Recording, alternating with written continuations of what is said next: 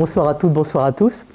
Je suis très très heureuse d'être ici et je vais parler de quelque chose un petit peu mythique. Enfin voilà, c'est pour ça que j'ai écrit Le nombre d'or entre mythe, science et art. Et souvent on se dit mais comment je suis arrivé à m'intéresser au nombre d'or?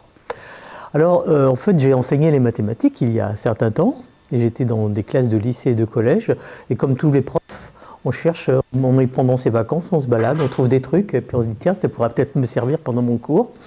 Et bien voilà, un jour, en se promenant, j'avais trouvé ça. Nous avions trouvé ça, parce que mon mari est là, nous étions. Et ça parlait des tracés un petit peu artisanaux, et puis il était question un petit peu de mesures qui correspondaient au nombre d'or. Intriguant. Et puis en faisant un petit peu de recherche, parce qu'il se trouve que je participe aussi à des animations pour les enfants à la MJC de la Baule, pendant la fête de la science souvent, et on essaye de faire des choses intéressantes. Et là, l'enfant et le nombre d'or, c'est comme un conte, c'est merveilleux. Donc on se dit là, ça vaut le coup. Et puis comme j'ai beaucoup d'archives, je vais trouver des choses vraiment beaucoup plus mathématiques. C'était ça s'appelait Galion Thème, c'était fait par des profs de maths pour faire des activités mathématiques dans sa classe. Et ça semblait vraiment formidable.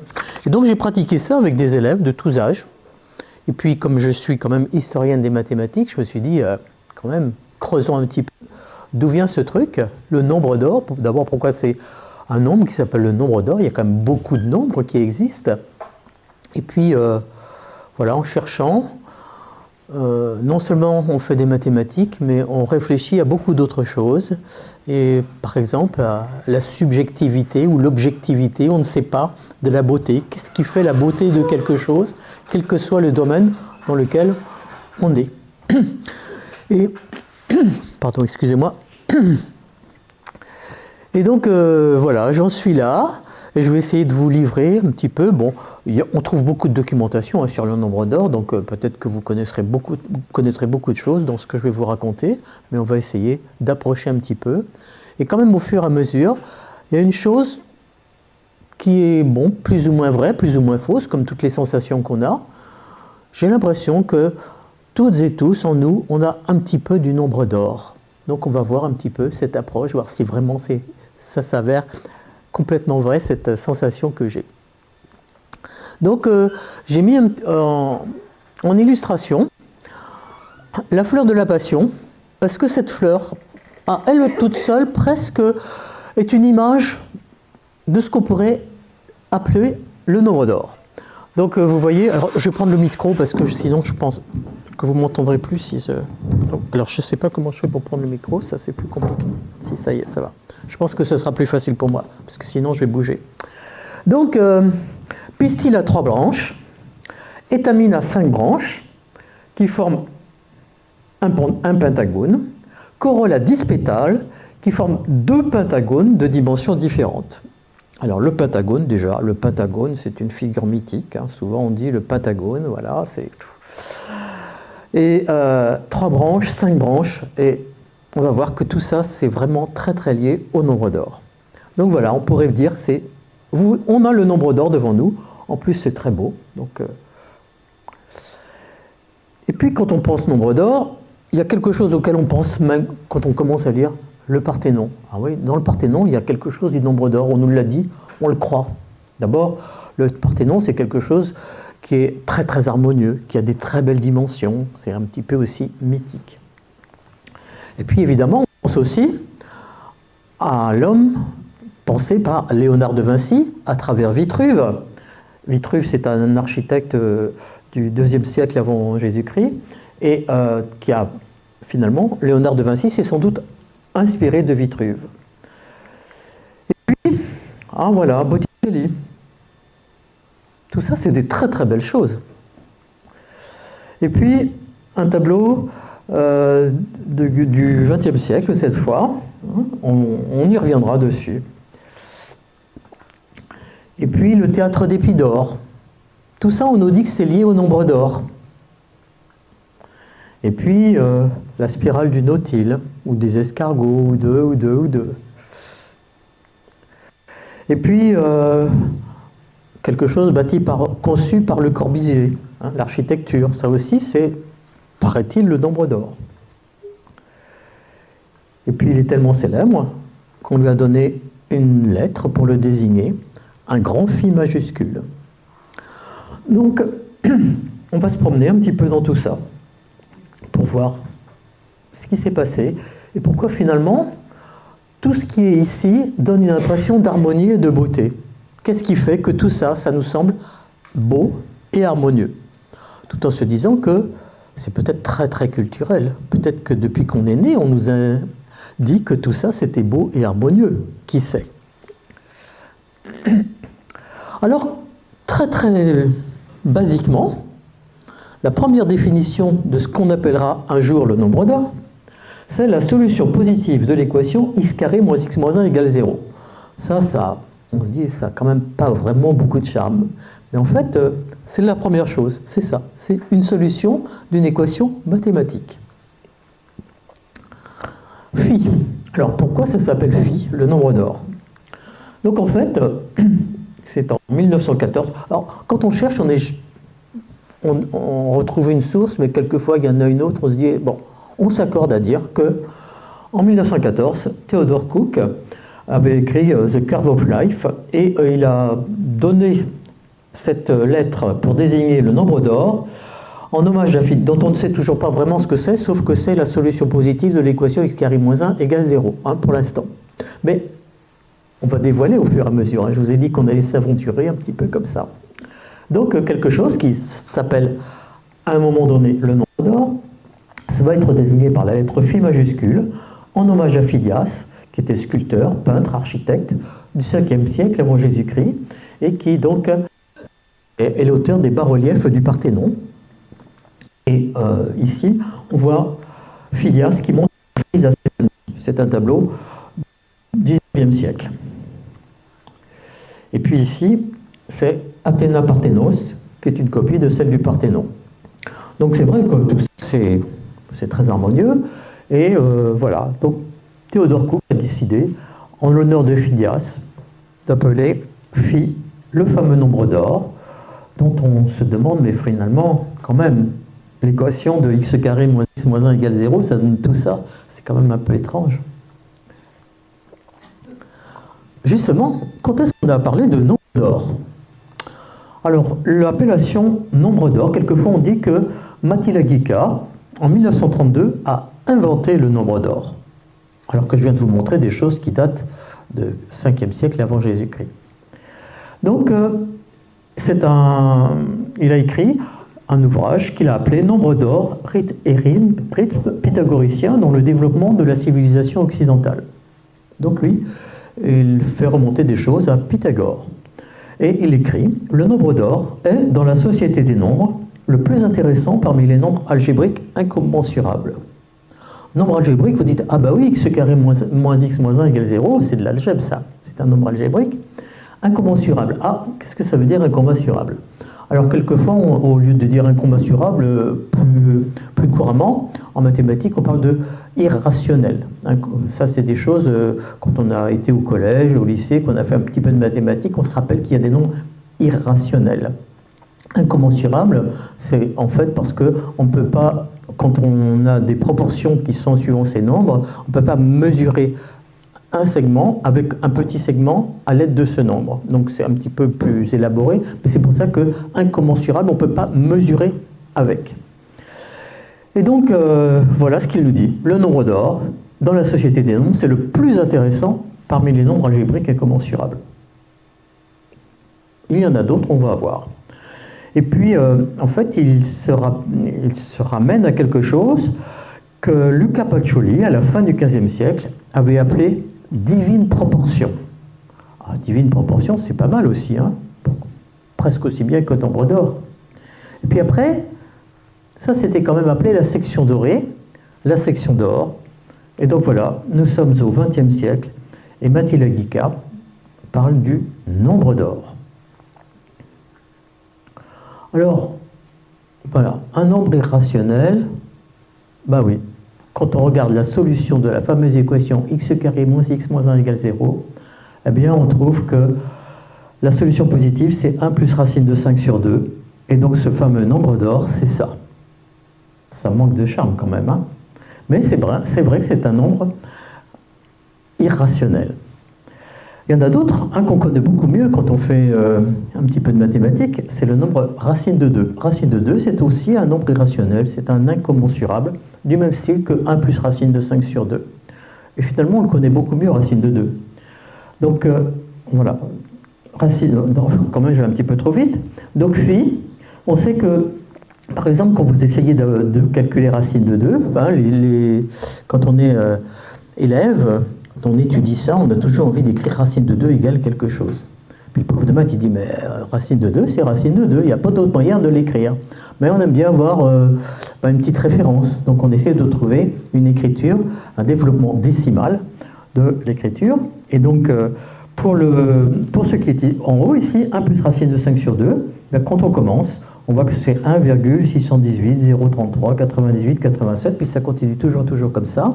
Et la particularité des nombres irrationnels, c'est que ça va continuer toujours et que il n'y aura pas de période, ça ne se répétera jamais. C'est-à-dire qu'après le nombre 7, je ne sais pas du tout ce qu'il va y avoir, il faut que je continue, tous les calculs. Et la racine de 2, c'est pareil. Donc ça, c'est une particularité des nombres irrationnels.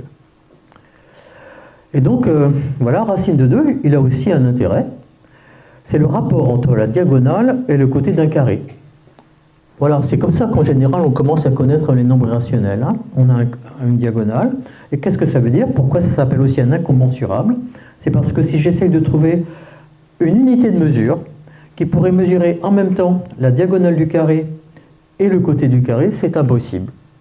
Donc ça, c'est aussi très intriguant, parce qu'on se dit, bah, si je prends des millièmes, des millionièmes de millimètres, je vais bien pouvoir trouver ces millionièmes de millimètres là-dedans et là-dedans. Ben non, ça ne marchera jamais. Donc les nombres irrationnels, c'est très intriguant. Et finalement, racine de 2 est plus courant et plus facile d'approche. Donc celui-là, il est pareil. On va voir qu'il y a des choses qui ressemblaient à la diagonale du carré et à son côté. Donc racine de 2, c'est le rapport entre la diagonale et le côté, et on ne peut pas l'écrire autrement, c'est impossible. Voilà. Donc ce serait une autre conférence. Pourquoi ça s'appelle irrationnel? C'est parce que c'est impossible de le dire autrement. Le nombre racine de 2, on le retrouve souvent dans la nature, puis finalement c'est assez harmonieux aussi. Hein. Donc en particulier, quelque chose qu'on manipule quasiment tous les jours. Quand on a une feuille de papier de format A4, on la coupe, on la plie en 2, en 4, etc.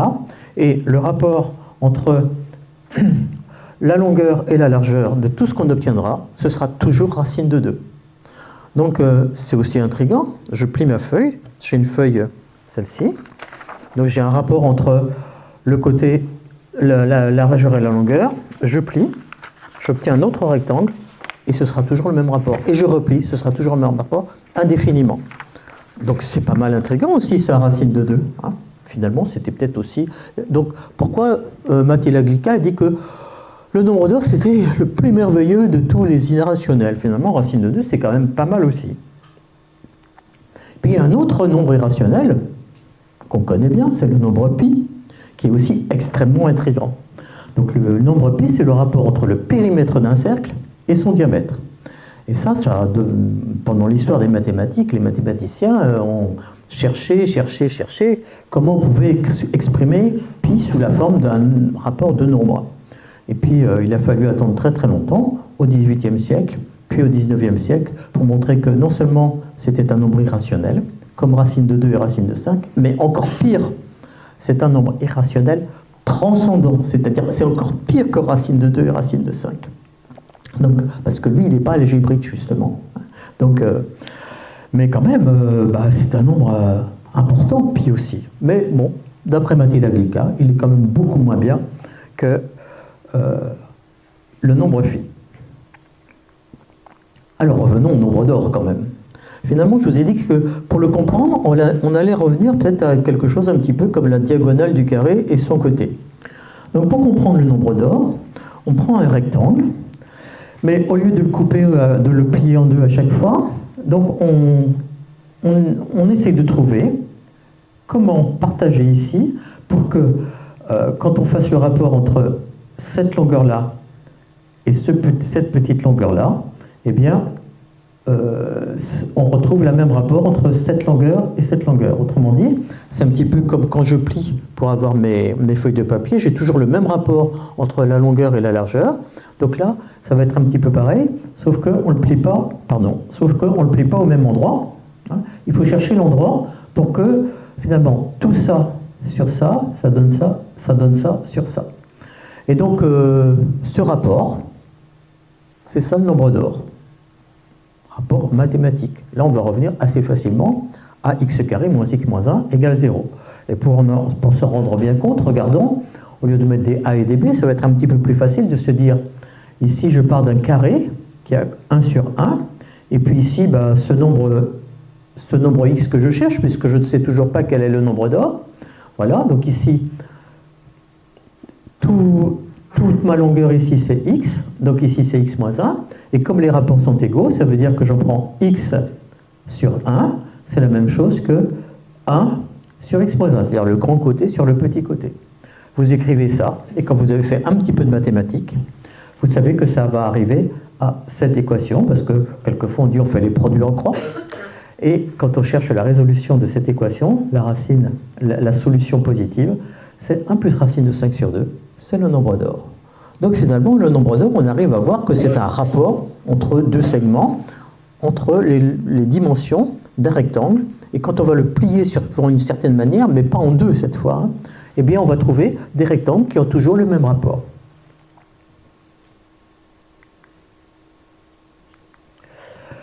Alors ce qui est étrange, c'est que ces rectangles, eh bien, vous en manipulez tous les jours. Les cartes vitales, les cartes bancaires, et comme ça c'est les cartes de mutuelle européenne, et donc vous voyez qu'ici, une chose étrange, donc ça, le rapport entre la longueur et la largeur, c'est le nombre d'or. Et vous voyez que quand vous faites une diagonale, comme ça vous mettez vos deux rectangles, hein, eh bien voilà, ça passe par tous les sommets. Vous pouvez vérifier, hein, quand vous regardez, vous avez deux rectangles, vous faites ça, si ça passe par les sommets, c'est que vos rectangles, ils ont le rapport du nombre d'or. Quelquefois, on dit que ce sont des rectangles d'or. Pour les cartes bancaires, c'est pas mal. On a un rectangle d'or. Alors, évidemment, c'est intriguant. Pourquoi on a pris ça pour faire toutes ces cartes? Pourquoi le nombre d'or? Pourquoi ce rapport? Alors, puisque on a parlé d'harmonie, de proportions harmonieuses au départ, avec Matilda Glica qui disait que le nombre d'or c'était le plus merveilleux de tout.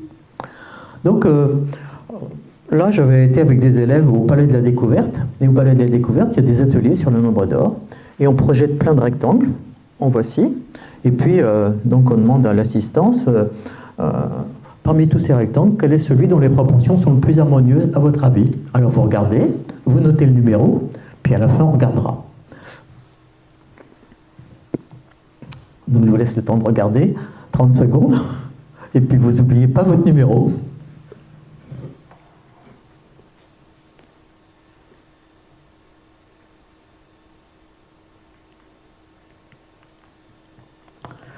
Alors, je vous ai dit que j'avais cherché l'histoire du nombre d'or, donc on cherche la plus ancienne trace écrite, c'est-à-dire le commencement de l'histoire.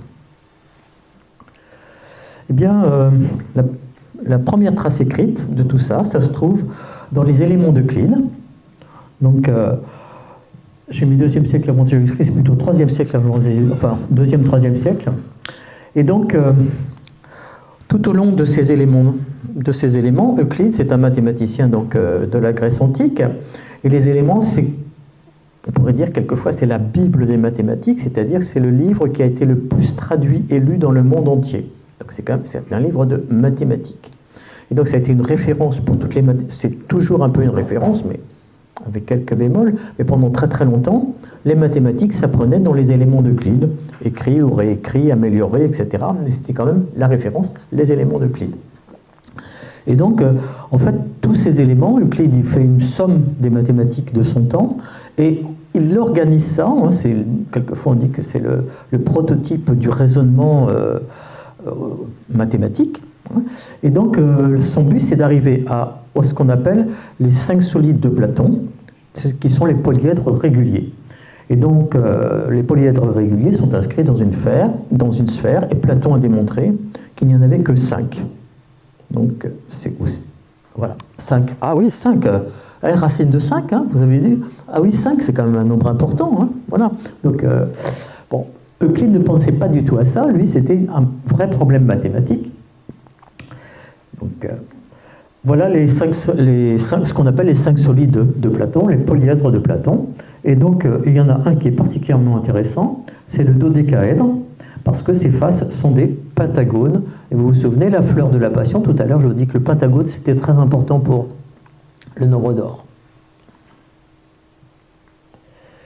Alors lui, il ne se pose pas du tout le problème de la même manière, et il ne se pose même pas le problème d'un rectangle pour avoir un rectangle d'or, c'est pas du tout son problème.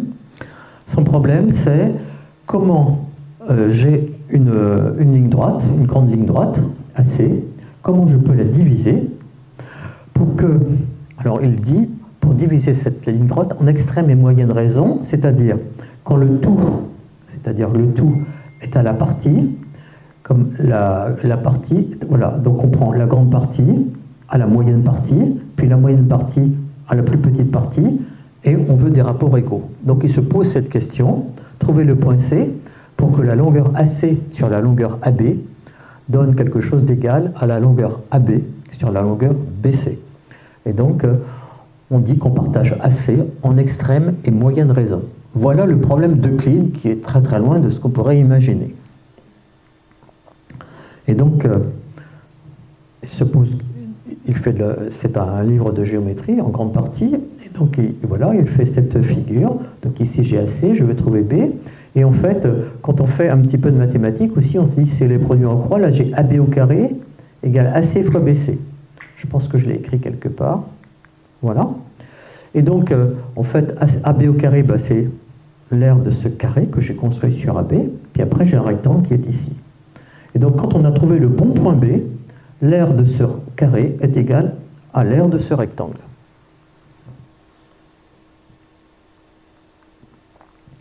Alors comment on peut construire un rectangle d'or? Comment on peut faire ce travail de partager en extrême et moyenne raison?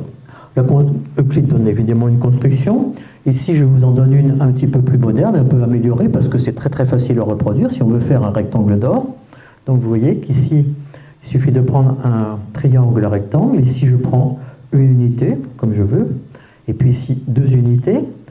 Ici, l'hypoténuse, théorème de Pythagore. On trouve que l'hypoténuse mesure racine de 5. Donc avec un compas, je reporte ici racine de 5, si bien qu'ici, ça fait 1 plus racine de 5.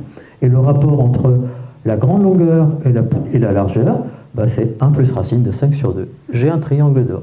C'est très très facile de construire un triangle d'or. Alors je disais, une première merveille. Donc comme je vous l'ai dit, finalement, si ABCD est un rectangle d'or, on enlève ce carré, et ici j'ai toujours un rectangle d'or. Et puis je peux recommencer, comme avec mes feuilles et le racine de 2, qui était quand même aussi assez merveilleux. Et là, je recommence. Donc, j'ai mon grand, j'enlève un carré, j'ai un rectangle d'or, j'enlève un carré, j'obtiens un rectangle d'or, j'enlève un carré, j'obtiens un etc., etc., etc. C'est-à-dire, j'ai une succession infinie de rectangles d'or. C'est assez merveilleux. Et quand vous êtes avec des enfants, des adolescents, même avancés, vous pouvez vous amuser à colorier et tout. Et c'est quand même stupéfiant. C'est quand même stupéfiant. Alors, est-ce que c'est beau? Bah, oui, mais enfin bon, il y a beaucoup d'autres choses qui sont belles. Hein. Mais au moins, c'est merveilleux et stupéfiant. Alors, je reviens au pentagone. Eh bien, le pentagone est extrêmement lié au nombre d'or. Parce que dans le pentagone, donc ici, celui-là, si je fais le rapport entre la diagonale et le côté du pentagone, eh bien, c'est le nombre d'or. Donc le pentagone représente le nombre d'or. Voilà. Comme quand vous avez un carré, la diagonale et son côté, ça représente racine de 2, on le voit. Avec un pentagone, vous voyez le nombre d'or, vous voyez 1 plus racine de 5 sur 2, c'est le rapport entre la diagonale et son côté. Donc ici, on fait un petit découpage. Donc ici, vous avez le côté du pentagone et la diagonale, ça fait le rapport du triangle. Mais quelquefois aussi, on regardera le triangle ABC. Et on dira que quelquefois, ABC est un triangle d'or parce que c'est le rapport entre ça et ça. C'est un triangle d'or. Et par contre, le triangle ADC, bon, il est pas mal, mais on dirait que c'est un triangle d'argent. Mais c'est pas mal quand même. Donc le pentagone, c'est quelque chose de presque emblématique du nombre d'or. Et puis en plus, voilà, comme si vous regardez ça, c'est égal à ça. Et donc en fait, puisque vous avez ce rapport qu'est le nombre d'or, ça veut dire que les diagonales se coupent en extrême et moyenne raison, c'est-à-dire que ça sur ça, c'est le nombre d'or. Donc quand vous voulez partager un segment en extrême et moyenne raison, comme voulait le faire Euclide, vous prenez les diagonales du pentagone, et voilà, ici vous avez le partage de ce segment en extrême et moyenne raison. Et puis donc le fameux dodécaèdre, eh bien c'est aussi quelque chose de très très remarquable, puisque ces faces sont des pentagones, et que le pentagone, c'est le nombre d'or. Et puis, on reprend le triangle d'or, et puis on se dit, bah, finalement, si on faisait la même chose dans le rectangle, dans le triangle qu'on faisait dans le rectangle. Eh bien, vous voyez que si on prend à chaque fois, c'est pareil. Donc, ici, je prends une unité, je la reproduis si vous avez un petit triangle d'or, puis à l'intérieur, vous avez des petits triangles d'or, et à chaque fois, vous allez aussi avoir des triangles d'or. Donc, la succession des triangles, les uns avec les autres, ça fait aussi des triangles d'or. Je pense qu'on commence à se dire, ben oui, finalement, le nombre d'or, est-ce que c'est plus beau que d'autres? On ne sait pas, mais c'est quand même intriguant, c'est un peu mystérieux, et puis oui, on a envie d'en savoir plus. Alors on est arrivé aux pythagoriciens, puisque Mathilde Aglica parlait de Pythagore. Alors, on sait que la devise des pythagoriciens, qui était une sorte de secte dont on ne sait pas grand-chose, hein, puisqu'en fait, tout ce qu'on connaît de Pythagore, c'est ce qui a été raconté longtemps après la secte des pythagoriciens. Il semble quand même qu'une devise, c'était « tout est nombre ». Ça voulait dire « le monde s'explique par les nombres ». Alors ce à quoi il faut faire très très attention, c'est que ces nombres, c'était des nombres entiers. Donc il n'y avait pas d'irrationnel. Donc il est très très peu probable que les pythagoriciens construisaient des choses en utilisant le nombre d'or, puisque le nombre d'or, c'est un nombre irrationnel. Alors, les pythagoriciens, c'est ceux qui ont mis en évidence l'irrationalité de racine de 2, c'est-à-dire la non-commensurabilité entre la diagonale du carré et son côté.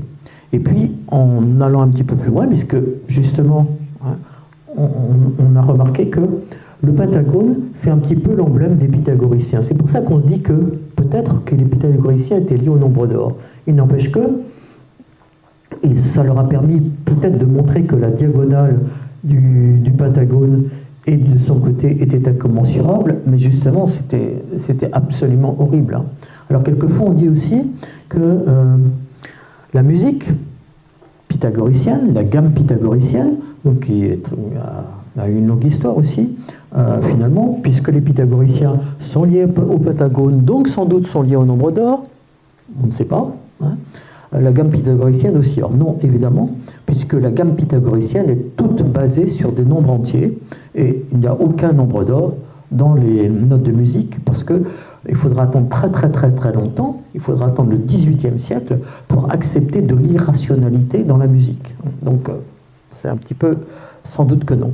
Bon, simplement, peut-être parce que l'emblème des pythagoriciens c'était ce pentagone, que on a peut-être attribué quelque chose du nombre d'or aux pythagoriciens. Alors on dit aussi que les Égyptiens connaissaient le nombre d'or, voilà. Et donc en fait, Hérodote, on va dire un historien des Grecs, il écrivait l'histoire de la Grèce, il disait que des prêtres égyptiens lui avaient raconté que les dimensions de la grande pyramide avaient été choisies pour que le carré construit sur la hauteur verticale soit égal exactement à la surface de chacune des faces triangulaires. Donc ici, j'ai un demi-carré, bon voilà, je fais un carré, et puis ça devrait être égal à la face triangulaire. Et si on fait les calculs, ça signifierait que le rapport de SB, Ça s'appelle quelquefois l'apothème. Donc SB sur AB serait égal au nombre d'or. Alors évidemment, on a essayé de vérifier. Donc on fait des mesures. Ce n'était pas extrêmement facile de prendre des mesures parce que vous voyez que quand on regarde la pyramide, bon, c'est un petit peu effrité. Après, il y a eu des constructions, des reconstructions. Donc où est-ce qu'on met la base? Et bon, il y en a qui ont trouvé qu'effectivement, c'était la section dorée. Et puis on fait un petit peu un saut dans le temps, puisque je vous ai parlé tout à l'heure de la divine proportion. Alors la divine proportion, c'est donc quelque chose qui a été écrit par Luca Pacioli, et qui était un très très grand mathématicien, enfin poète, philosophe. Souvent les humanistes de la Renaissance s'intéressaient un petit peu à tout, donc c'est normal qu'il était un petit peu... mais il était surtout mathématicien. Et donc cet ouvrage qu'il a écrit, il a écrit beaucoup d'autres livres de mathématiques, mais on retient souvent la divine proportion. Et donc cet ouvrage a été illustré par Léonard de Vinci. Donc on pense qu'en fait c'est une coproduction en quelque sorte entre Luca Pacioli et Léonard de Vinci. Et donc on pense que c'est sans doute à cette occasion que cette division en extrême et moyenne raison, qui jusque-là était quand même quelque chose de très mathématique, a pris un autre caractère, puisqu'il l'appelle la divine proportion. Donc, quand on regarde cet écrit de Pacioli, d'abord, c'est très très lié aux éléments d'Euclide, mais ça c'est normal, puisque à chaque fois qu'on écrivait un grand ouvrage de mathématiques, en fait, c'était à base des éléments d'Euclide, donc on réécrivait dans un autre ordre ou autrement.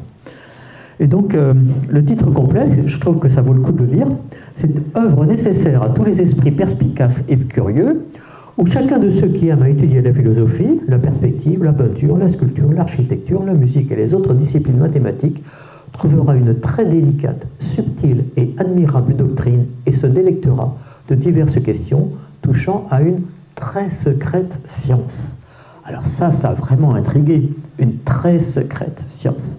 Bah oui. Alors, en fait, Luca Pacioli, il fait allusion à Dieu. Il fait allusion à Dieu, pas autre chose. Donc, il ne parle même pas de beauté. Bon, ceci étant, quand on regarde un petit peu, donc, les beaux dessins de Léonard de Vinci, et on voit en particulier qu'on retrouve les 5 solides de Platon, ce qui est assez normal, puisque finalement, il reprend un petit peu les éléments d'Euclide, sauf que lui, voilà, il s'intéresse quand même à l'universalité, en quelque sorte, de ce qu'il trouve beau dans cet ouvrage de mathématiques. Donc tout, finalement, tout se rattache à cette divine proportion. Alors, c'est pas étonnant non plus que quand on cherche quelque chose de beau, c'est les proportions qui marquent la beauté ou pas. Donc c'est un petit peu normal de se dire, je vais chercher les belles proportions, ce qui va me donner un bel ouvrage, un beau monument, une belle peinture, une belle musique, etc. Donc c'est assez logique, et il essaie de trouver finalement l'unicité. Il essaie de trouver une unicité, une raison unique de la beauté des choses. Donc voici ce qu'on trouve comme illustration. Elles sont vraiment très très belles dans l'ouvrage dans la divine proportion, et on trouve ça aussi. Voilà, on trouve aussi ça. Et puis là, ça n'a rien à voir du tout, mais c'est tellement beau, parce que proportion, il y a le nombre d'or, mais il y a beaucoup d'autres proportions. Donc les mathématiciens, ils étudient beaucoup d'autres proportions, ils étudient toutes les autres proportions. Et en particulier, il a essayé de faire des lettrines, des petites lettres, qui sont toutes construites à la règle et au compas. C'est vraiment très très beau. Donc, revenons à l'homme de Léonard de Vinci, qui, lui, Léonard de Vinci, il se réfère à Vitruve. Et donc, non seulement il y a dans tous les arts, mais il va essayer de trouver ça dans le corps humain. C'est assez normal, parce que s'il y a des choses qui sont bien proportionnées, nous, humains, nous devons trouver cette belle proportion dans nous, puisque c'est notre référence absolue. Donc, Vitruve avait écrit dans un ouvrage sur l'architecture La nature a distribué les mesures du corps humain comme ceci. 4 doigts font une paume, 4 paumes font un pied, 6 paumes font un coude, 4 coudes font la hauteur d'un homme, et 4 coudes font un double pas, et 24 paumes font un homme, et il a utilisé ces mesures dans ses constructions. Pour l'instant, il y a... Bon, on se dit, bon, pas d'accord. Et il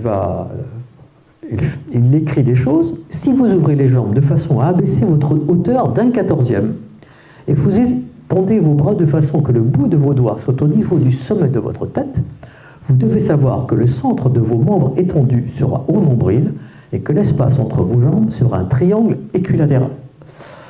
Donc voilà les proportions de Vitruve. Alors quand vous êtes avec des enfants dans des ateliers, vous essayez de le faire, de voir si ça marche. Ça marche très rarement. Alors ceci étant, c'est pour des hommes adultes, Alors, j'en profite pour faire une petite remarque, parce que comme je suis présidente de l'association Femmes et Mathématiques, à chaque fois que je fais de l'histoire des mathématiques, je cherche les femmes. Et malheureusement, dans le nombre d'or, j'en ai pas beaucoup trouvé, sauf, vous verrez à la fin, malheureusement, pas dans l'endroit où j'aurais voulu les trouver. Donc, si on fait des petits dessins pour essayer de voir ce que ça donne, la longueur des bras étendus d'un homme est égale à sa hauteur. Donc normalement, voilà, la hauteur, donc on est dans un carré, puisque la longueur des bras étendus d'un homme, voilà. Depuis la racine des cheveux jusqu'au bas du menton, il y a 1/10 de la hauteur d'un homme. Voilà. Hop, hop, hop. Donc on a partagé en 10 là, puis on regarde ce qui se passe. Depuis le bas du menton jusqu'au sommet de la tête, 1/8. Alors, on se dit, le nombre d'or, il est où là-dedans? Il n'y a que des nombres entiers, il n'y a pas de nombre d'or. Alors, juste pour aller un petit peu plus loin, donc Léonard de Vinci, lui, il a écrit les proportions du visage humain, et donc ce sont aussi des très très beaux dessins, et vous voyez qu'il essaye de mettre en place un petit peu des mesures type à la Vitruve, on va dire. Donc il essaye de voir un petit peu ce qui se passe. Et puis, on s'est dit, mais comment il fait ces mesures? Parce que si on mesure, il faut savoir avec quoi on mesure. Et donc là, dans les références de l'époque, il mesure avec ce qu'on appelle les paumes, les palmes, l'empont, pieds et coudées. Et donc on voit ici, il y a une sorte de mètre pour l'artisan qui a besoin de mesurer. Et donc on regarde ici, on peut remettre ça. Ah tiens, tout d'un coup, il y a un triangle, ça ressemble au triangle d'or. Ah oui, c'est bizarre ça. Donc on a représenté ici un triangle avec la coudée, le pied, l'empont, la palme, la paume. Et oui. Et donc on se dit, mais comment ça se fait? Comment ça se fait? Alors intervient quelque chose qui est extrêmement important dans l'histoire du nombre d'or, c'est la suite de Fibonacci. Donc je vais vous parler de la suite de Fibonacci, mais juste on va d'abord regarder, une coudée fait 233 lignes. Donc la ligne, c'est l'élément le plus petit en quelque sorte, celui avec lequel on calcule tous les restes. Donc une coudée fait 233 lignes, un pied 144, un empont 89, une palme 55 et une paume 34. 34, 55, 89, 144, 133. Ce nombre. Eh bien, ce sont des nombres qu'on appelle les nombres de Fibonacci. Alors Fibonacci, c'est aussi Léonard de Pise. Donc c'est un mathématicien italien qui s'est promené beaucoup, en particulier dans les pays du Maghreb, et qui a recueilli la science des Arabes. Et revenu donc en Italie, il a écrit le Liber Abaci, qui est une œuvre mathématique qui a extrêmement fait changer beaucoup, qui est presque le vecteur d'introduction de ce qu'on appellera l'algèbre. Donc c'est l'algèbre des Arabes qui est introduite en Europe. Et donc il publie toute une série de donc son livre, c'est toute une série de petits problèmes comme ça, un petit peu. Donc en fait, il met ces problèmes pour faire apparaître des choses qu'il a envie de mettre en évidence. Donc il y a un problème qu'on trouve qui s'appelle le problème des lapins. Maintenant, on l'appelle le problème des lapins. Un homme met un couple de lapins dans un lieu isolé de tous les côtés par un mur. Combien de couples obtient-on en un an si chaque couple engendre tous les mois un nouveau couple à compter du 3e mois de son existence? Donc là, en fait, il veut mettre en évidence quelque chose qui est intriguant. Donc voilà les petits lapins. Et donc, voilà, je mets un couple de lapins, et puis donc on va avoir un autre couple de lapins qui va arriver, et puis à chaque fois ça va doubler, puisque chaque couple de lapins, finalement, il y a un nouveau couple à chaque fois. Donc celui-là il va refaire un couple, celui-là il en fait un, puis après celui-là il en fait un, et puis celui-là il en fait un, et puis enfin à chaque fois il y a toujours des couples supplémentaires. Et quand on regarde ce qui va se passer, 1 plus 1 ça fait 2, 2 plus 1 ça fait 3, parce qu'à chaque fois le lapin précédent il fait un couple aussi. Donc c'est comme ça que ça se passe. Et donc après, chaque lapin ici, ils vont en faire, mais ceux ici, ils en font aussi. Et donc à chaque fois, finalement, le nombre de lapins, c'est la somme, le nombre de couples, c'est la somme des deux qui précédaient. Et on voit qu'à ce moment-là, on regarde un petit peu ce qui se passe, et on trouve comme nombre de couples de lapins, voilà, il suffit de faire la somme, et vous voyez qu'à un moment donné, vous voyez les mesures de ligne 34, 55, 89, 144, 233. Hein, si on revient en arrière, on va regarder, voilà. Donc ça, c'est les mesures. Donc ce sont des mesures qui sont liées à la suite de Fibonacci. Très bien, vous allez me dire, mais le nombre d'or. Eh bien, il se trouve que Kepler s'est intéressé à ces petits problèmes de Fibonacci, et il a eu l'idée de faire le rapport entre deux nombres successifs de cette suite de Fibonacci. Et donc, il a calculé 13 sur 8, puis 21 sur 13, puis 34 sur 21, et il se rend compte que, qu'est-ce qui se passe? On trouve des nombres qui sont très proches. Vous vous souvenez, le nombre d'or, j'avais dit que on ne pouvait pas l'écrire de façon décimale, mais le début, c'est ça. Donc, en fait, il se rend compte que si on continue comme ça, toujours à faire le rapport de deux nombres successifs, on va avoir des rapports qui sont de plus en plus proches du nombre d'or. Alors Kepler, à ce moment-là, n'avait pas les moyens de faire autre chose, mais évidemment, au XIXe siècle, on s'est réintéressé à cette suite de Fibonacci de façon très précise.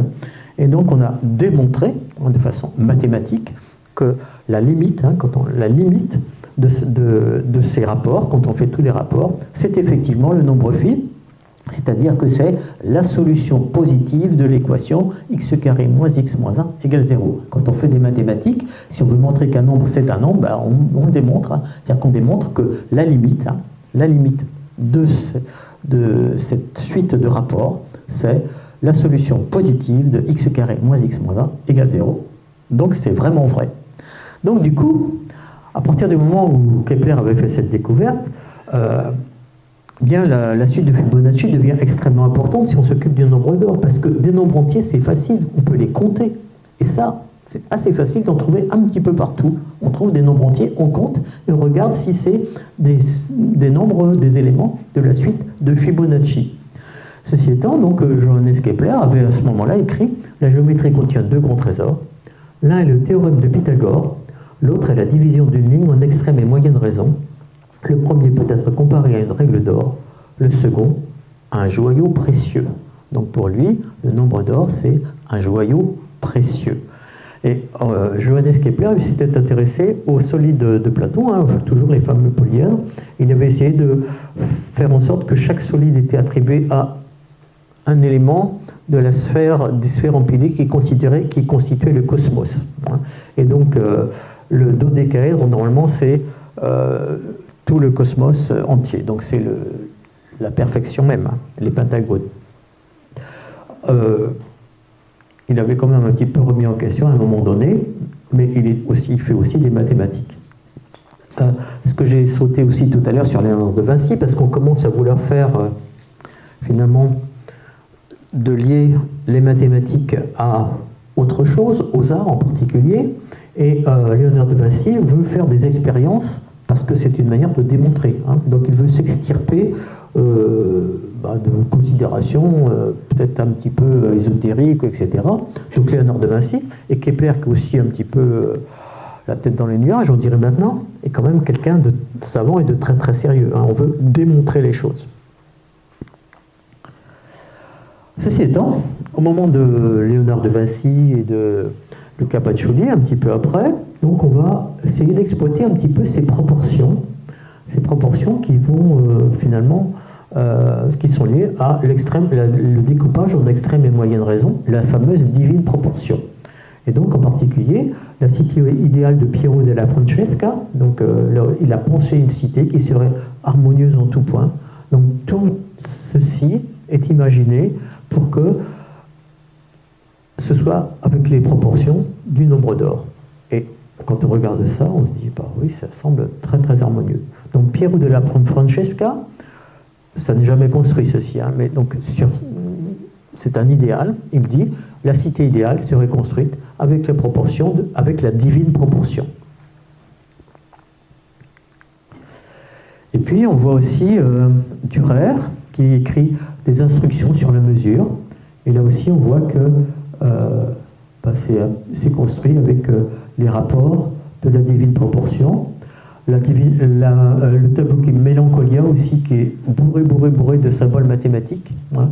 Et donc là aussi, logiquement, il y a beaucoup de choses qui sont à base de la divine proportion. Mais voilà, nous on le dit. Là, on le dit. Instruction sur la mesure, c'est sûr que c'est très très vrai. Là, finalement, on va peut-être mesurer des choses après coup, on va voir comment, pour à chaque fois trouver cette fameuse divine proportion. Ceci étant, voilà les types virils dans les 4 livres des proportions de Dürer. Ça ne ressemble pas trop finalement à ce que Léonard de Vinci nous disait. Et avec notre œil du XXIe siècle, on ne trouve pas que ce soit très très harmonieux. Donc on se dit, on commence à dire méfiance. La beauté, c'est quand même très subjectif. Qu'est-ce qui est harmonieux, qu'est-ce qui ne l'est pas? C'est des questions qu'on peut quand même se poser. Et donc, j'avais dit mythe, science et art. Le mythe. Eh bien, nous sommes au XIXe siècle. Et c'est à ce moment-là qu'on commence à faire des fouilles archéologiques, qu'on découvre, qu'on va en Égypte, qu'on découvre les pyramides, qu'on redécouvre l'acropole en Grèce. Et c'est un petit peu logique, on trouve que ce sont des monuments absolument merveilleux. Et donc on se dit, voilà, ça va devenir, c'est peut-être des références esthétiques. Et puis, on est dans un moment... Alors, déjà au XVIIIe siècle, c'était quelque chose, c'est le siècle des Lumières en France, hein, et donc on essaye de trouver des raisons scientifiques de l'harmonie, de la beauté. On essaie de trouver quelque chose. Hein. Donc, essayer de trouver s'il n'y a pas des raisons universelles de trouver que quelque chose est beau. Universel, ça veut dire lié à l'homme, avec un grand H. Hein. Donc, la femme, hélas, ne participe pas beaucoup à ces recherches, mais quand même. Et donc, on essaie de faire une synthèse entre ce qui est beau et la science pour trouver les raisons scientifiques de la beauté. Donc, ceci va évidemment beaucoup influencer ce qu'on va faire au XIXe siècle. Et donc, quelqu'un qui s'appelle Otto Hsing, donc en 1854, donc, ce n'est pas encore le nombre d'or, c'est la section d'or. Hein, c'est-à-dire le partage en extrême et moyenne raison, qui a été appelé divine proportion, puis après, comme c'est quand même très très beau, on appelle ça la section d'or. La section d'or est une loi universelle, dans laquelle est contenu le principe fondamental de tout effort de formation de beauté et de complétude, dans le royaume de la nature comme dans le domaine de l'art, et qui imprègne depuis les origines, comme un idéal spirituel suprême, toutes les formes et les proportions, cosmiques ou individuelles, organiques ou inorganiques, acoustiques ou optiques, mais qui a trouvé sa plus parfaite réalisation dans la forme humaine. Nous y revenons.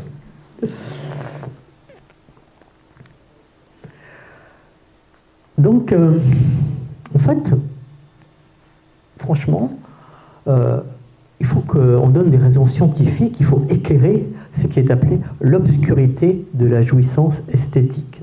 Pourquoi? Comme ça, quand même, ce serait mieux si on savait pourquoi on trouve quelque chose de beau. Et donc, il va démontrer, entre guillemets, qu'il existe une relation inévitable entre la beauté et la proportionnalité. Le beau, c'est l'harmonie qui relie l'université à la diversité. Hein, vous vous souvenez que le grand est au moyen comme le moyen est au petit. Donc le beau est ce qui relie l'unité à la diversité.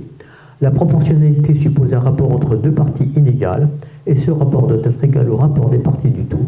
Au tout, c'est celui de la section d'or. C'est un a priori, évidemment. Et donc la section d'or va devenir le critère de la beauté. Donc il prend des exemples dans la morphologie du corps humain, dans les minéraux, les animaux, les œuvres de Polyclète, de Phidias, les temples grecs et cathédrales, tout ce que nous avons vu tout à l'heure. Donc on fait des mesures. Et bien sûr, le problème de la mesure, quand on fait une mesure, c'est toujours, même si on prend beaucoup de précautions, c'est toujours un peu inexact. Donc on va trouver, en gros, ah oui, c'est presque le nombre d'or. Et quand on cherche quelque chose, de toute façon, on le trouvera. Si on ne cherche pas le nombre d'or, on fait une mesure, on va trouver 1,6, bah oui, c'est 1,6. On va trouver 1,67, bah oui, c'est 1, mais si on dit, ah, il faut qu'on trouve le nombre d'or, bah on va dire, oui, vous voyez, c'est presque le nombre d'or, c'est quasi le nombre d'or. Donc, oui, voilà, c'est mesure de mesure, mais c'est le nombre d'or. Donc, on va trouver le nombre d'or partout, dans tout ce qu'a priori, on trouve beau. Et donc, en particulier le corps humain, évidemment, il y a des règles de beauté du corps humain qui, du coup, vont peut-être être un peu critiquables. Donc, en 1854, il écrit une nouvelle leçon sur les proportions du corps humain. Et en 1868, le pentagramme, donc je vous ai dit, le pentagramme, bon, ou le pentagone, le nombre 5, finalement. On retrouve toujours le nombre 5. Le nombre 5, c'est un nombre magique. Et puis un autre, lui, va faire des choses plus scientifiques. Donc Gustav Fechner, qui est philosophe et psychologue, donc veut lui faire un petit peu comme avait décidé de faire Léonard de Vinci. Donc lui, il veut faire des vraies expérimentations. Il veut pas des théories fumeuses. Hein. Il va expérimenter pour trouver finalement la raison scientifique de ce qu'on trouve beau, la raison scientifique de l'harmonie. Donc, définition d'une esthétique, mais de façon scientifique. Donc, lui, il va revenir un petit peu sur ce que disait Zeising, grâce à ses mesures. Donc, vous voyez bien que c'était vrai. Mais au lieu de parler de la section d'or, il va plus s'intéresser au rectangle d'or. Ce qui revient même, mais ce n'est pas exactement la même perception de l'harmonie. Donc, voici un rectangle d'or. Et je vous rappelle que ça veut dire que la section d'or, c'est trouver le point C qui partage de façon harmonieuse ce segment en deux parties égales, et ça, c'est donc le rectangle d'or, qui est un rectangle harmonieux parce qu'on a le rapport de la longueur à la largeur qui est égal au nombre d'or. Donc en France, nous étions en Allemagne, en France, il y a beaucoup aussi d'architectes, de peintres qui vont se préoccuper de ça. C'est normal, parce que quand je veux réaliser quelque chose, si j'ai une raison scientifique, si j'ai un critère scientifique pour la beauté, je vais l'utiliser, c'est un petit peu logique. Donc, Viollet-le-Duc, par exemple, ou Charles Blanc, vont se poser la question, quelle était donc la clé des proportions dans les temples antiques? Quel était sur ce point le secret des Égyptiens et des Grecs? Et comme on a fait des mesures, qu'on a trouvé que c'était le nombre d'or, le secret, c'est le nombre d'or, qui s'appelle à ce moment-là, excusez-moi, ce n'est pas encore le nombre d'or, c'est la section dorée ou la divine proportion. Et donc, Charles-Henri, qui est ami de Paul Signac, de Georges Seurat, de Camille Pissarro, les idées vont circuler, et même il y aura à un moment donné une exposition sur la section dorée. Donc on va faire une exposition de plein de tableaux, etc., qui sont en relation avec la section dorée, c'est-à-dire qu'on a mesuré pour voir tous les tableaux qui précédaient, pour savoir, quand on a quelque chose qu'on trouve beau, c'est sûrement qu'il y a la section dorée quelque part, on mesure, on la trouve. Ceci étant, en 1895, on commence à douter, et quelques peintres, quelques architectes vont finir par dire le problème de la beauté est insoluble, ce qui est peut-être un peu vrai. Ceci étant, ici, vous avez la parade du cirque de Seurat qui a été construite par des proportions, et en fait, c'est peut-être pas forcément le nombre d'or, parce qu'on on voit les divisions qui sont là et qui sont très très marquées. Et on voit bien que ça ressemble un petit peu au nombre d'or, mais en fait, pour obtenir ça, il a fait des divisions en quart, en huitième. Donc effectivement, après, on approche un petit peu des nombres d'or. Donc il pense qu'il a utilisé le nombre d'or. Mais comment on fait? Voilà. Ici, c'est donc la gare Saint-Lazare de Monet. Là aussi, il pense que son tableau, il l'a conçu comme ça, selon les règles du rectangle d'or. Vous voyez d'ailleurs au passage, je vous ai dit que le rectangle d'or avait remplacé la section d'or. C'est un petit peu ça, on trouve des rectangles un petit peu partout. Et donc Sirusier, par exemple, pense que vraiment, c'est une raison scientifique de la beauté. Quand je me hasarde à parler de mathématiques en art, on sourit comme un fou. Dans notre société, on oppose les mathématiques à l'art comme on oppose la science à la religion. Et lui, il trouve que c'est pas normal, parce qu'on peut faire l'art à sa place en mathématiques, et les mathématiques ont leur place dans l'art. Alors nous revenons à Mattila Gica, puisque du rectangle d'or, nous allons passer au nombre d'or. Donc en 1927, il écrit quelque chose qui s'appelle l'esthétique des proportions dans la nature, et en 1931, donc comme je vous l'ai dit tout à l'heure, le nombre d'or et rythme pythagoricien dans le développement de la civilisation occidentale. Et donc, il écrit « Je me faisais fort d'avoir sur les traces de Pythagore découvert les lois du nombre gouvernant à la fois l'harmonie du cosmos et la beauté. » Les lois du nombre, c'est-à-dire que maintenant, ça y est, c'est un critère scientifique absolu, incontestable, puisque c'est les lois du nombre. Et Gustave Le Bon, par exemple, qui adhère un petit peu à cette idée, dit une idée mythe ou un système religieux n'ont pas besoin d'être vrais pour s'imposer. Donc voilà, on le décide, c'est comme ça, et vous voyez bien que de toute façon c'est scientifique, donc c'est incontestable. Donc c'est à ce moment-là qu'on va recommencer à mesurer, hein, comme je vous l'ai dit. Donc on mesure le Parthénon. Alors il y a un problème, on ne sait pas trop si c'est là, enfin bon, il y a quelques approximations quand même. Mais vous voyez les dessins qu'on fait à côté, c'est-à-dire que là c'est incontestable.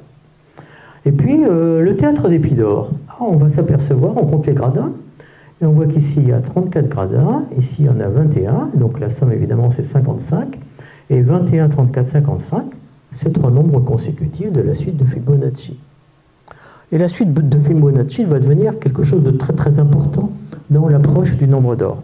Au XIXe siècle, les mathématiciens finalement se sont intéressés à la suite de Fibonacci, qui n'était pas forcément perçue comme vraiment intéressante en mathématiques. Et le mathématicien Édouard Luca, par exemple, a écrit des choses sur... Et c'est à ce moment-là, d'ailleurs, qu'on nomme les nombres la suite de Fibonacci. Avant, on parlait des nombres éventuellement de Fibonacci, mais pas de la suite. On mesure les tableaux de Léonard de Vinci, l'Annonciation, voilà, on arrive à trouver des rectangles d'or. La naissance de Vénus, on arrive à trouver des rectangles d'or. Alors vous voyez bien, bon, à particulier sur la naissance de Vénus, vous voyez qu'on veut trouver des rectangles d'or, on veut trouver, et donc on s'arrange pour les trouver. Hein. C'est-à-dire qu'on va prendre, voilà, pourquoi on prend là, et pourquoi pas là, et pourquoi pas là. Il y a quand même un parti pris dans les mesures. La crucifixion par Raphaël, le Doriforo de Polyclète, vous voyez que partout, on arrive à trouver des mesures qui nous donnent la section dorée ou le nombre d'or. Et puis évidemment, on revient à l'homme de Léonard de Vinci, et on plaque sur l'homme de Léonard de Vinci, alors que Léonard de Vinci ne l'avait pas fait. Hein. Donc on plaque des rectangles pour montrer qu'il y a des rectangles d'or, et puis ici, vous voyez, on prend les mesures, on voit bien que ça, c'est le nombre d'or. Alors que si on y revient, Léonard de Vinci s'était appuyé sur l'homme de Vitruve, et il n'y avait que des nombres entiers, c'est-à-dire peut-être des nombres de la suite de Fibonacci. Donc c'est vrai que ça se rapproche du nombre d'or, mais quand même, c'est pas exactement la même chose. Et puis Notre-Dame de Paris, le Taj Mahal, la Mecque, tout ça, c'est beau, donc on trouve des rectangles d'or. La Joconde. Et puis alors apparaît quelque chose qui est assez intéressant là du coup, parce que quand on est avec des enfants, dans tous les miracles du nombre d'or et du rectangle d'or, il y a quand même quelque chose d'absolument merveilleux. Ici j'ai un rectangle d'or, donc je prends ce carré là, et je fais un arc de cercle, donc centré ici. Après, l'autre carré que je varie, je fais un arc de cercle. Et donc je fais des arcs de cercle. Et on obtient une spirale qu'on va appeler la spirale d'or, la spirale dorée. Et cette spirale dorée a quelque chose de remarquable, c'est-à-dire quelquefois on dit elle est égale partout. C'est-à-dire que ça se reproduit toujours pareil, alors qu'il y a des spirales qui sont un petit peu aplaties, un petit peu, enfin qui s'éloignent, etc. Celle-ci, elle est partout pareil. Donc ça s'appelle la spirale dorée. Et sur le triangle d'or, on fait la même chose. Et là aussi, on retrouve cette spirale, donc la spirale dorée, ou quelquefois on dit la spirale de Fibonacci. Et donc, sur la Joconde, on a essayé de voir s'il y avait aussi la spirale. Ah ben oui, il y a la spirale dorée, c'est formidable. Et puis, un beau visage. Regardons. On fait, vous voyez, oui, on va trouver que c'est des rectangles d'or un petit peu partout, c'est normal. Même sur Jacques Chirac, il y a eu des mesures de fait sur Jacques Chirac pour voir si finalement il était pas mal. Ben oui, finalement il est pas mal. Hein. Quand on prend les proportions, c'est presque le nombre d'or, hein, quand même, c'est pas mal. Les oreilles, une belle oreille, ça va ressembler à une spirale de Fibonacci. Et puis évidemment, ça peut tourner mal, ça. Hein, et ça a mal tourné. Et ça a mal tourné, évidemment. Hein. Par exemple, un certain Don Neroma, donc ça c'est en 1932, donc fait des critères de beauté du corps humain et d'équilibre, et donc il étudie des populations africaines par exemple, et puis il trouve que, il ne respecte pas vraiment les proportions du nombre d'or, c'est-à-dire que ça ne correspond pas à la suite de Fibonacci ou tout ça, et donc en fait c'est parce qu'ils sont comme des enfants, ils ne sont pas encore assez développés. Donc c'est un petit peu normal de les considérer comme des êtres inférieurs quand même. Et puis il va écrire aussi des choses absolument atroces parce qu'il va montrer que ces manques finalement, ces caractéristiques qui sont des sous-hommes ou des sous-femmes, les juifs ont pas mal quand même ces caractéristiques de sous-hommes et de sous-femmes. Hein. Donc quand on a des critères comme ça absolus sur ce qui est bien, donc ce qui est parfait, donc ce qui est supérieur, etc., évidemment, ça donne des théories un petit peu terribles. Ceci étant, on va regarder dans la nature, hein, on s'éloigne du corps humain, et dans la nature, on a l'impression qu'on retrouve, ici, la spirale de Fibonacci, là, finalement, l'étoile à 5 branches, c'est un pentagone. Ah, puis tiens, on mesure un pingouin. Ah oui, tiens, un beau pingouin, comme ça, c'est bon un pingouin, hein. Alors évidemment, on ne sait pas trop où on prend la base, etc. Et puis ici, on regarde ça, puis voilà, c'est aussi une superbe spirale de Fibonacci. Alors, on trouve plein d'exemples finalement dans la nature de nombres de Fibonacci, de la suite de Fibonacci. Par exemple, quand on prend une pomme de pin, on compte les spirales dans un sens et les spirales dans le deuxième sens, et donc le nombre de spirales vers la gauche et celui vers la droite, c'est deux nombres consécutifs de la suite de Fibonacci. Donc, on peut essayer d'expérimenter, on regarde ça, c'est pas si évident que ça à compter, hein, mais on y arrive. Et puis, on peut voir aussi dans les spirales qui sont là, dans le cœur d'une marguerite. Hein. On compte les spirales dans un sens, les spirales dans l'autre sens, et on voit aussi que c'est le nombre de la suite de Fibonacci. Et puis, la Voie lactée, c'est une superbe spirale de Fibonacci. Peut-être.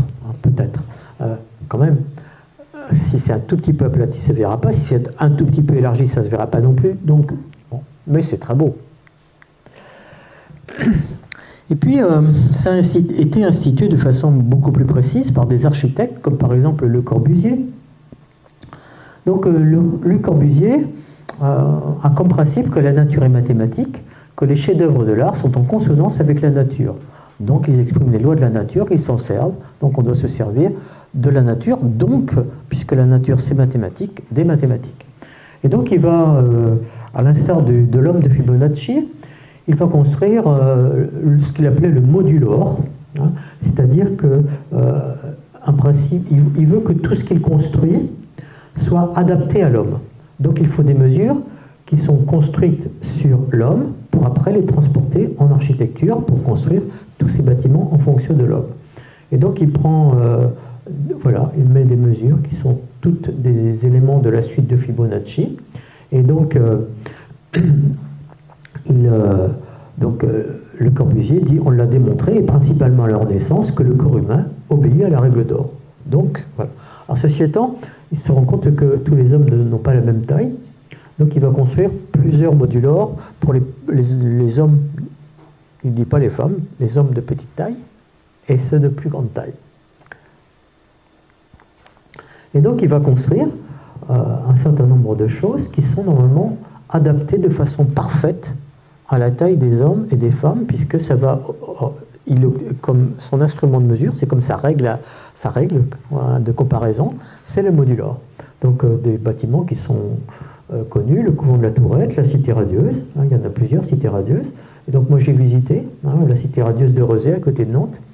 Et donc en fait tout est construit en fonction du modulor, donc on retrouve ici des rectangles un petit partout. À l'intérieur, ce sont des duplex et tout est calculé en fonction du modulor. Donc il y a le nombre de marches, la hauteur des plafonds, la taille des cuisines. Tout est construit en fonction du modulor, c'est-à-dire normalement très adapté à la taille de ceux et celles qui vont les habiter.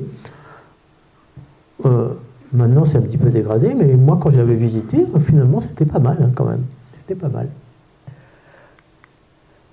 Ici, le palais des Nations Unies, donc, est normalement aussi construit comme un rectangle d'or, hein, et donc avec plein de petits rectangles d'or à l'intérieur. Alors, juste pour revenir, à un moment donné, quand même, Le Corbusier va se rendre compte que c'est quand même pas tout à fait précis, donc il va lui-même dire que, en fait, les mesures, quand même, elles sont un peu imprécises. Donc, c'est une sorte d'idéal, mais que, de façon donc concrète, c'est pas vraiment le nombre d'or, c'est près du nombre d'or, mais il se rend bien compte qu'il faut peut-être faire un pas. Donc, comme les mathématiques c'est la modélisation, c'est l'idéal, mais dans la réalité des choses, c'est jamais exactement comme ce qu'on a dans la tête. Le triangle idéal ou le rectangle idéal, il n'existe que dans les têtes. Donc, Le Corbusier va quand même faire un petit pas de côté. Mais il y a des peintres, comme par exemple Salvador Dali, qui vont vraiment mettre en œuvre le nombre d'or. Et vous voyez qu'ici, par exemple, il y a évidemment la figure mythique du Pentagone, et tout est construit selon le nombre d'or, d'après Salvador Dali. Et puis, par exemple, il y a Mondrian, qui est donc, il dit que tous ces rectangles sont dans la divine proportion. Voilà, on revient au rectangle finalement. Donc je ne sais pas lequel vous aviez choisi. Et donc ceux qui correspondent au rectangle d'or, c'est les numéros 2 et 9. Donc ça correspond à ce que vous aviez choisi. Le 2 et 9, c'était qui? Ah oui, c'est pas beaucoup quand même. Ben, c'est la même chose au palais de la découverte, il y avait très très peu. Voilà. Et donc, là, il y a eu un sondage auprès de deux étudiants, fait par deux étudiants, 1178 de leurs collègues et étudiants de l'école polytechnique de Lausanne, et seuls 23% des personnes interrogées ont identifié ces rectangles comme étant les mieux proportionnés à leurs yeux. Et donc, en fait, celui qui remportait les suffrages, c'était le numéro 5. Ah ben voilà. Donc, proportion 1,35, très éloignée du nombre d'or. C'est-à-dire que même si on prend en compte disons que les marges d'erreur, c'est quand même pas. Voilà. Alors, je vous disais que on va peut-être retrouver des femmes. Et là, voilà. Nous sommes en 2021. Selon la science, donc c'est incontestable, la femme la plus belle du monde est Bella Hadid. Et donc, on est dit, voilà. C'est pas sa famille ou un quelconque sondage qui le dit, c'est la science. Et donc, voilà. Et donc ça, c'est un expert en physique, un chirurgien esthétique, Julian Da Silva, qui le dit, parce qu'il a tout mesuré, etc. Et donc, il a analysé 9 portions du visage, il a étudié, évidemment, il y avait plusieurs candidates, mais bon, c'est Bella Hadid, parce qu'elle n'est pas 100% parfaite, évidemment, c'est impossible, mais quand même, elle est la quasi-perfection faite femme. Et les mathématiques sont en mesure de démontrer la beauté d'un visage. Et moi, en lisant ça, je pensais à toutes ces jeunes filles qui sont victimes des réseaux sociaux, qui se font refaire dans tous les sens, et si elles trouvent que les mathématiques le disent, c'est comme ça, hein, donc c'est incontestable, la beauté, c'est ça. On se dit, quand même, attention, hein, faut peut-être pas... Voilà. Et donc, un philosophe avait écrit « Quand la beauté nous sauve », alors lui, il allait très très loin, très loin. Il ne faut pas essayer de distinguer ce qui serait objectivement beau de ce qui n'est pas. C'est ce qui a figé la pensée pendant un millénaire. Il exagère un petit peu, mais bon. Il faut mettre le nombre d'or à la poubelle. Il faut mettre le nombre d'or à la poubelle. Plutôt que de chercher à répondre, pardon, il manque un R, à ce genre de questions, il faut s'interroger, est-ce que ce tableau, cette musique, ce paysage me touche? Évidemment, c'est la première question. On ne pourra quand même pas s'empêcher de dire « mais pourquoi ça me touche hein ?» Donc c'est quand même titillant cette histoire. Pourquoi ça me touche? Évidemment, on peut comparer les cultures, les critères de beauté sont sûrement très très différents, mais il y a des choses qui nous touchent de toute façon, hein, et on se dit « pourquoi ?» Donc, est-ce que le nombre d'or c'est un fantasme? On se dit un idéal peut-être, mais quand même ça se retrouve partout, ça se retrouve dans la nature. À chaque fois qu'on trouve quelque chose de beau, on peut trouver un petit quelque chose du nombre d'or. Et quand je disais que moi j'étais arrivé à me dire, en fait, par exemple, c'est aussi très culturel, mais quand on est apprenti photographe, on respecte souvent la règle du tiers ou la règle des 2 tiers.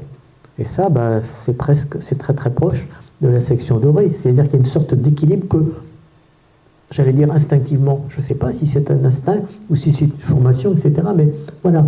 Donc on se dit, il y a beaucoup de choses quand même dans des proportions. Voilà. Sauf que vous voyez que quelquefois c'est très très faux, parce que les rectangles d'or, c'est pas ceux que vous avez trouvés les plus beaux en majorité. Voilà. Donc il faut quand même aussi faire attention, mais quand même, c'est un peu titillant cette histoire. Et on se dit, pourquoi on trouve les choses belles? Donc ça, c'était des questions en dehors de choses qui peuvent peut-être être assimilées à des fantasmes plus ou moins délirants.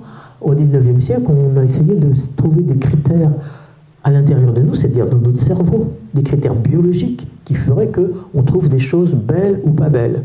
Et donc, il y a des vrais scientifiques, du coup, qui se sont posés ces questions et qui n'ont pas trouvé de réponse, hein, bien sûr, mais c'est quelque chose qu'on cherche toujours. Hein. On regarde dans notre forme maintenant qu'on connaît très très bien les fonctionnements du cerveau, enfin, beaucoup mieux qu'au XIXe siècle encore.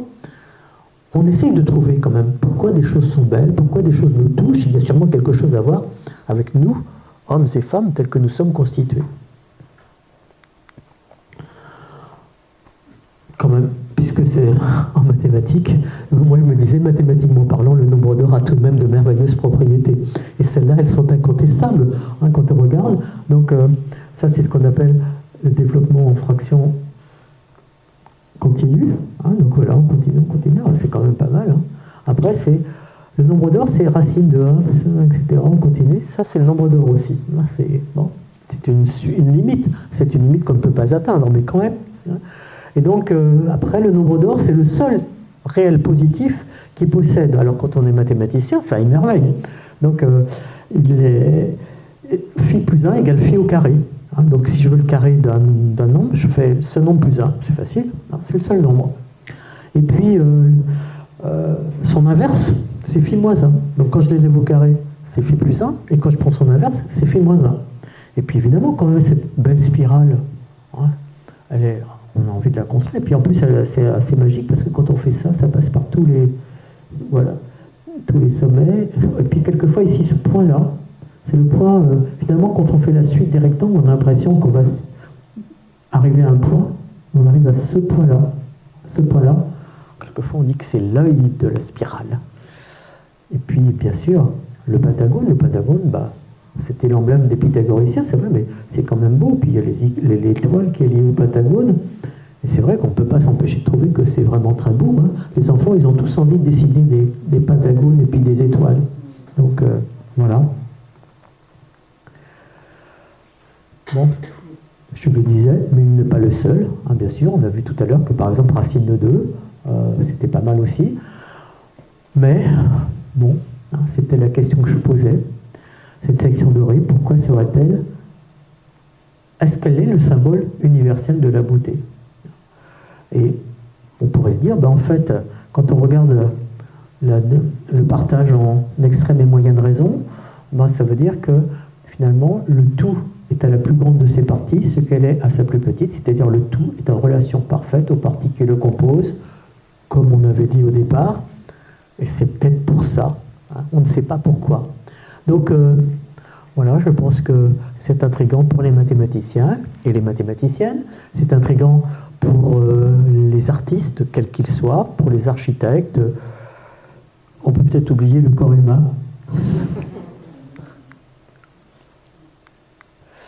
Merci de votre attention.